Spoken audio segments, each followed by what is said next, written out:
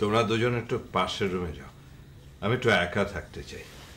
আর মজনু, ওই তুমি পাশের রুম থেকে খোলা গলায় একটা গান ধরবে, আমি এখান থেকে শুনতে চাই।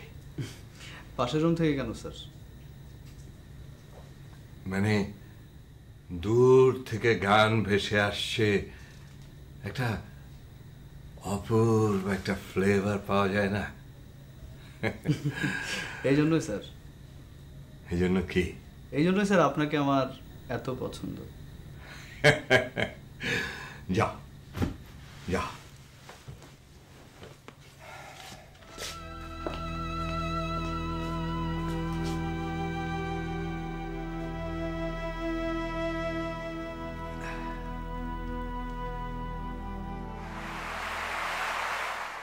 জি আজিজ ভাই। সাবধানে, খালেদ কিন্তু খুব ভয়ঙ্কর লোক। Best of lakh. সাকসেসফুল হলে তোমার জন্য বিশাল গিফট আছে রিনি। গিফট লাগবে না আজিজ ভাই, কাজটা করতে পারলে আমার ভালো লাগবে। আমি জানি, তবু বললাম। সাথে কাউকে নেবে নাকি একাই যাবে? কাউকে নিতে হবে না, আমি একাই পারবো, সমস্যা নেই। সাবুকে নেবে সঙ্গে?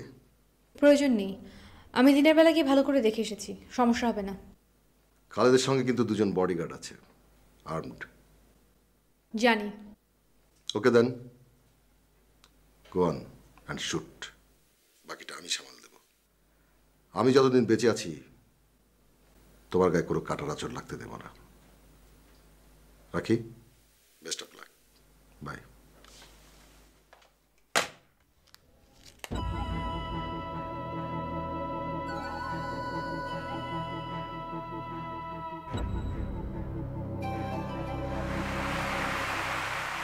শ্যুট করবে না? কথায় কথায় শ্যুট করলে কি ঝামেলা শেষ হয়ে যায়? দাদা, মনির কিন্তু এলাকায় কুন্দল পাকাচ্ছে, এরকম করলে তো নির্ঘাত ফেল করব।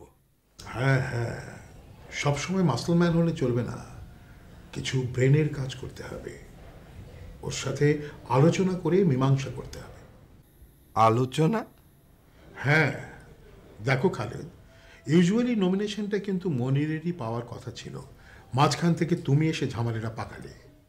ঝামেলা? আমি কি ঝামেলা পাকালাম? আপনি বললেন বলেই তো। না না না, আমি ওই ঝামেলার কথা বলছি না।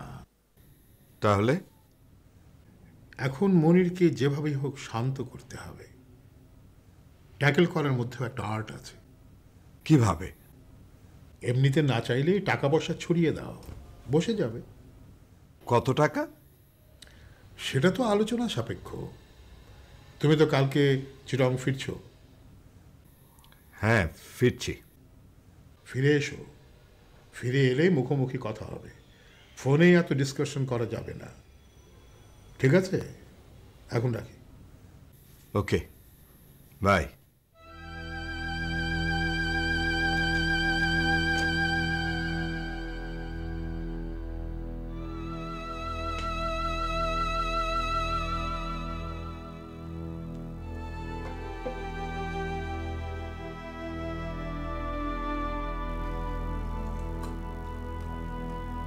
বুঝছিস মামা, কি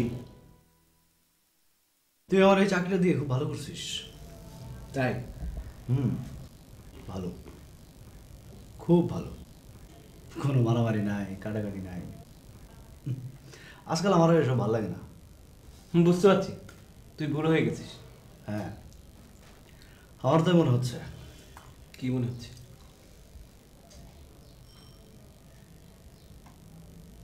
ইদানিং আমার ভীষণ ইচ্ছে করে। কি ইচ্ছে করে একটা বিয়ে করি। কি বিয়ে?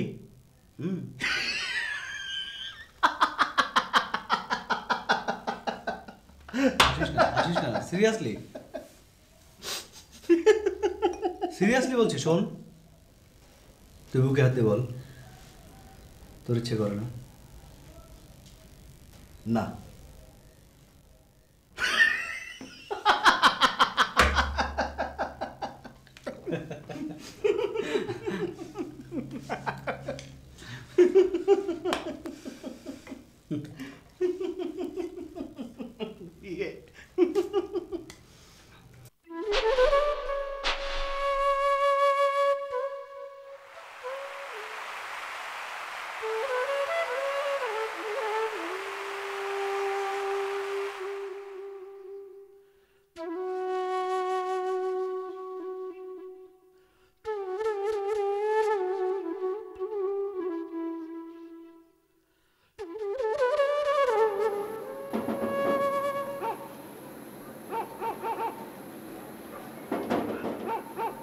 কে?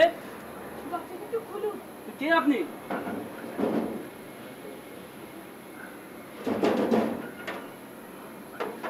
কে কে আপনি? কি ব্যাপার? আমার ভীষণ বিপদ। কিছু লোক আমার পিছু করছে। কি হয়েছে? এই যে কিছু লোক আমার পিছু করছে। কোথায়?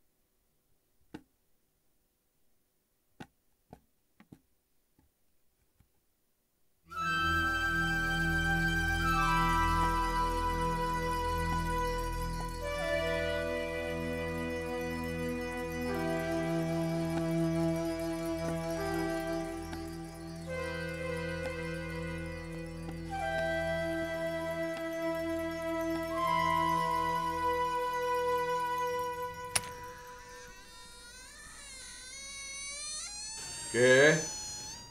রাজীব, আয় বাবা, এত দেরি করলি কেন রে? হ্যালো, কে? কে তুমি? চিনতে পারছো না?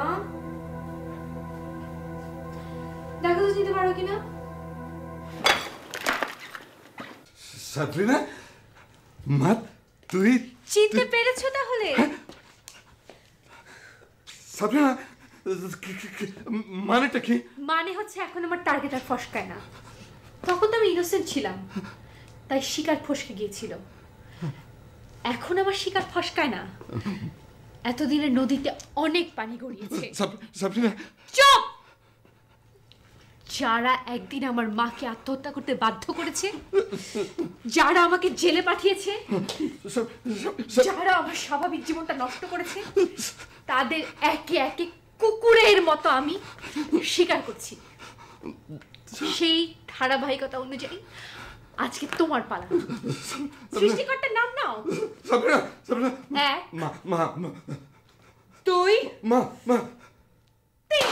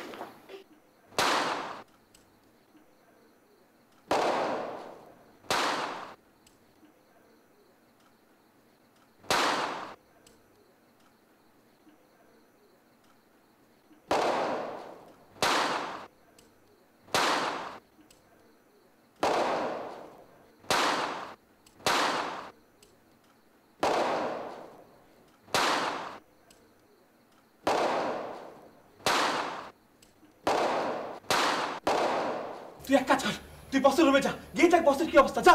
তুই পারবি তো সামলাইতে? আমি পারবো পারবো, যা যা, কেয়ারফুল থাকিস।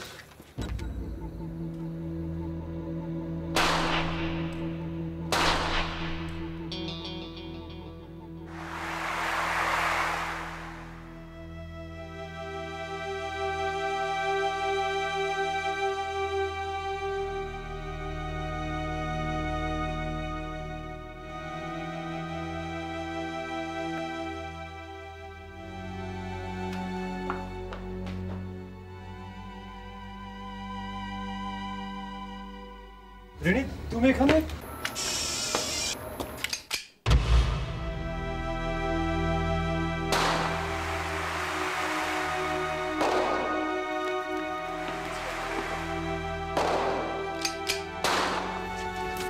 Come on, come on.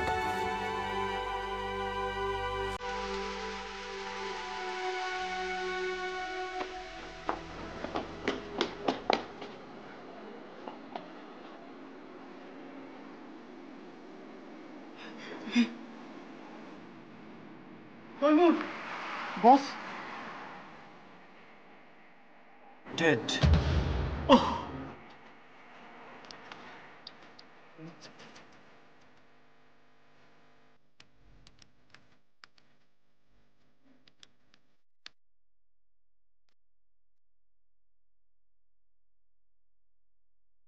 আপনি কেন গুলি করেছেন? কে আপনাকে গুলি করতে বলেছে? আমি তো রাজীবকে। Shut up! আপনাকে আমি কতবার বলেছি আমাকে আমার মতো করে কাজ করতে দিন।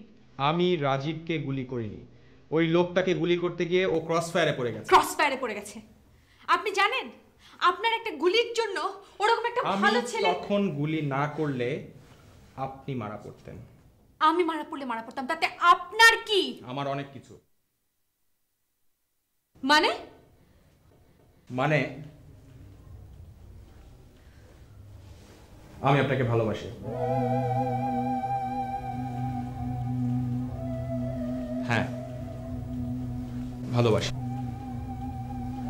আপনি চান বা না চান।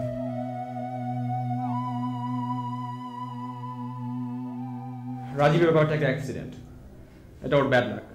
কিন্তু আমি গুলি না করলে আপনি মারা পড়তেন। আপনি মারা পড়লে আপনার হয়তো কিছু যায় আসে না, কিন্তু আমার যায় আসে।